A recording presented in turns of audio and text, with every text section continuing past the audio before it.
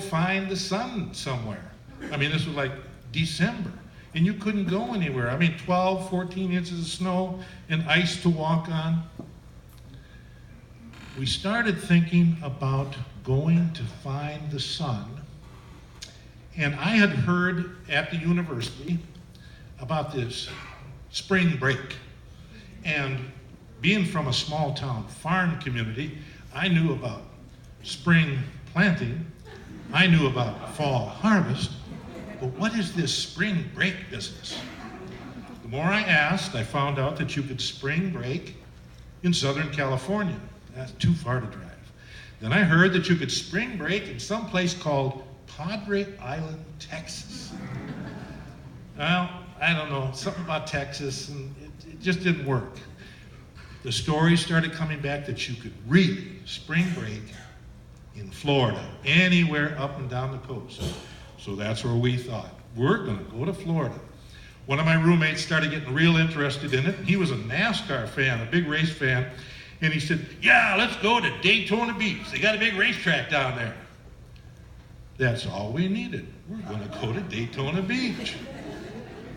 How are you gonna get there? Well, I had a really nice car. I had a 1978 Oldsmobile 88, all white interior with bucket seats, a J2 engine, 3 2-barrel carburetors. It was so huge, it was like a boat. We nicknamed it the Queen Mary. It was my favorite. I traded it for a week, or 10 days, whatever it was, with one of my ambulance driving buddies who had a nice van, a Ford Econoline van. Sure enough, we had 5 guys now. We're gonna get into this van.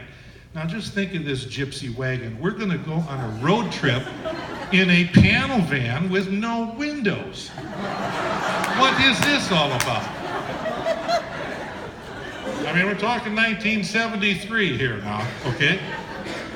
So we load up this van, we make the switch, I kiss the Queen Mary goodbye, and we make the switch, we get the van, and we hook up an 8-track tape player inside.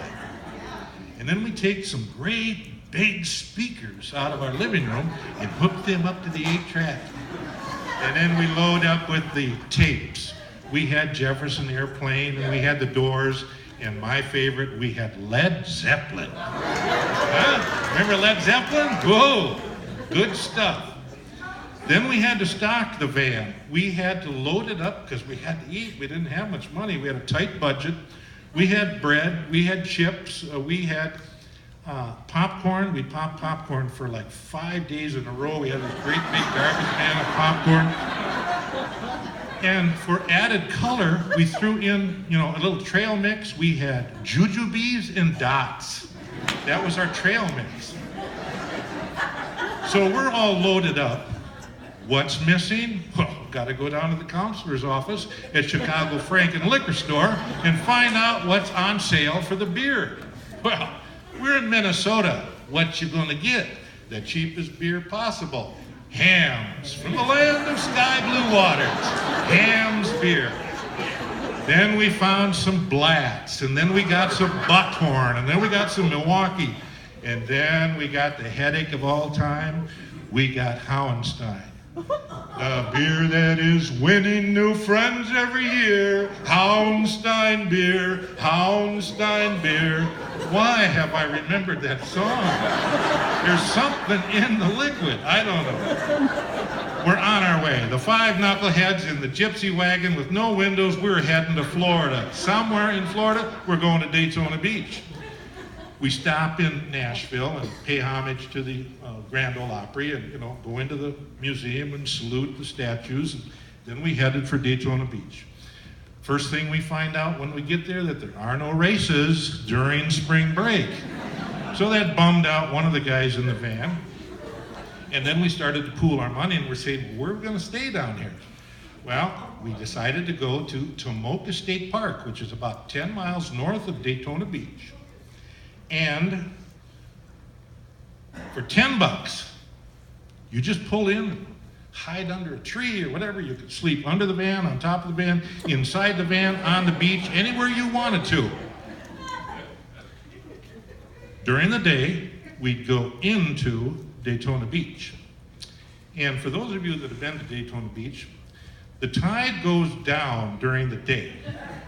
And for 13 miles on Daytona Beach, you can drive on Daytona Beach. It's like a two-way state highway. And here we are, small town guys in a van, whatever, just looking out the front window because we got no windows on the side. We're driving up and down. And everybody say, yeah, look at that. Well, then we got 4 or 5 guys looking out this window, and then we're looking out this window. It really must have been a clown car. We decide that we have got to move into town, at least on our final day. Like the final night is like a Friday night. So we packed up from the Tomoka State Park and we moved in. We looked up and down the strip and we finally found one room. And we pull in there and my buddy gives me the flipper. He says, "Can I saw 2 cars with Minnesota license plates." Well, how cool is that? 2 cars with Minnesota license plates. I mean, we are on spring break, right? What we did now sounds a little creepy, but we posted lookouts. We took 20-minute breaks watching those 2 cars to see if anybody would come out of a room or from the beach to these cars. Well, sure enough, somebody came out of the room, went to the car, and the guy on lookout intercepted her, and then we came down, and all of a sudden there's 5 guys talking to one girl, and she's sort of backing up like this, a little bit nervous about these over-aggressive Minnesota boys. We found that there were 3 more at the poolside, 3 more out in the ocean. And so we all got together later in the afternoon, and we found out that cousins knew cousins, and it was familiar, and we went to the same restaurants and all that stuff, and everybody knew about the Cato Ballroom. So, I mean, we were starting to feel real comfortable about our new friends in Florida.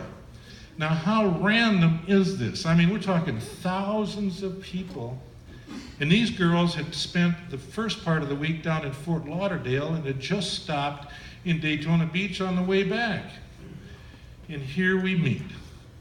Well, it was kind of an interesting connection. I mean, it was one of those things where it's kind of interesting, but these girls were 2 or 3 years younger, and they probably saw that we were a little bit phony because we had gotten these University of Minnesota football jerseys, the practice jerseys, and we're out on the beach, you know, throwing the football, and one of the guys is a wrestler, and he had a broken wrist, and he kind of, you know, launched it kind of, I mean, it looked really comical, the way that he threw the football. But anyway, we made friends. That night, Giff and I went out on the strip, and we were looking around, and we were really attracted to this one bar. And the bar had the front end of a great big high-masted schooner sailing ship from the 1800s. It looked like it was cut right in half, and it was sticking out into the street, and then you go in the door, and then here's the ballroom, or the dance floor. The name of the bar was the Wreck. It was a wreck of a ship, W-R-E-C-K, wreck. Now, I'm thinking metaphor right now. Here I am, a wreck of a person, very depressed. I am downtrodden. I am on my last leg, so to speak, and I am desperate to be saved. I'm desperate to find some way out of this depression. We walk into the bar, and it's one of those real cramped bars situation, and I feel a tap on my shoulder. And I turn around, and the strobe light, the dancing strobe light, the disco light, was bouncing around up on the dance floor. And so this vision of loveliness was in silhouette. Beautiful, long, blonde hair. Just beautiful, kind of like a Farrah Fawcett look before Farrah Fawcett became famous. She was wearing a yellow tank top, bare midriff, very tan, and Daisy Duke shorts before Daisy made them famous. And she had a chair Would you like to sit down? Just then, I realized it was the nice girl at the pool. Her name was Charlotte. I really loved that name, Charlotte. It was so cool. And she was offering me a chair. Well, how nice of you. I sit down on the chair. Where's she gonna sit? Well, she's gonna sit right on my lap. Then my life came to slow motion. I heard everything she said. I was singing along to the Led Zeppelin tunes on the stereo, and she thought that was kind of impressive. And then I felt like a drowning man coming up out of the water and breathing fresh air for the first time. Someone had thrown me a life preserver, and I did not know this girl 24 hours earlier. And by random chance, she stopped in from Fort Lauderdale. And I found out that we only lived 20 blocks away from each other in Minneapolis. I mean, how cool was that? Well, we danced, we tried to dance a little bit, and we were talking, and she thought I was funny, and I thought she was the cleanest smelling girl I'd ever been close to. I mean, really, like breath of fresh air.